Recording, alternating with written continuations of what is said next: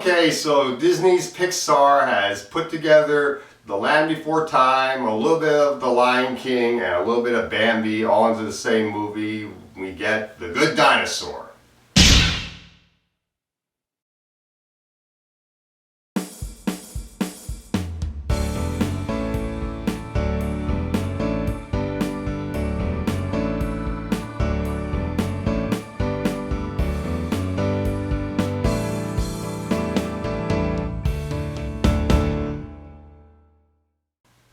The Good Dinosaur, directed by Peter, and I don't know how to say this last name, so I'm going to spell it S-O-H-N, is the new Pixar film set in the idea of what if the meteor that killed all the dinosaurs never actually hit the Earth, and the dinosaurs continue to rule the Earth as humans are just coming out and being cave people. And this is a very good, very beautiful looking movie, but at the same time it has quite a few flaws, and the main story goes around this family of brontosauruses, with the main character being Arlo, who's a scaredy dinosaur, a bit of a coward. His other family members have all made their mark. Literally, they all make their mark. And he is given the challenge of making his own mark. He ends up going on this journey after a tragedy happens in his family, the cliche Disney tragedy that we've seen in The Lion King and Bambi.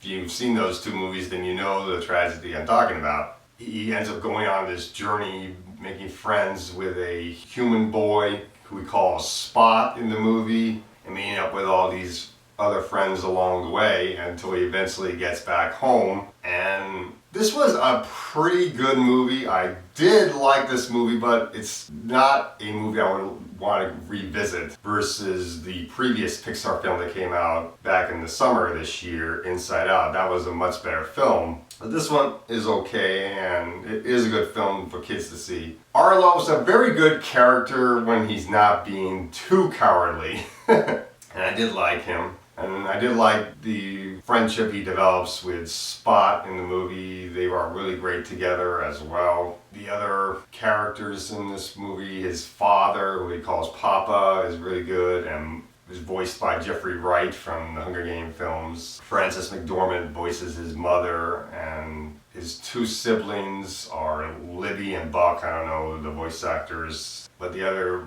voice actors that do show up, Sam Elliott voices a T-Rex in this movie. Anna Paquin voices one of the dinosaurs in this film as well. And of course, John Ratzenberger voices one of the dinosaurs. He's a common name to come up in a lot of the Pixar films.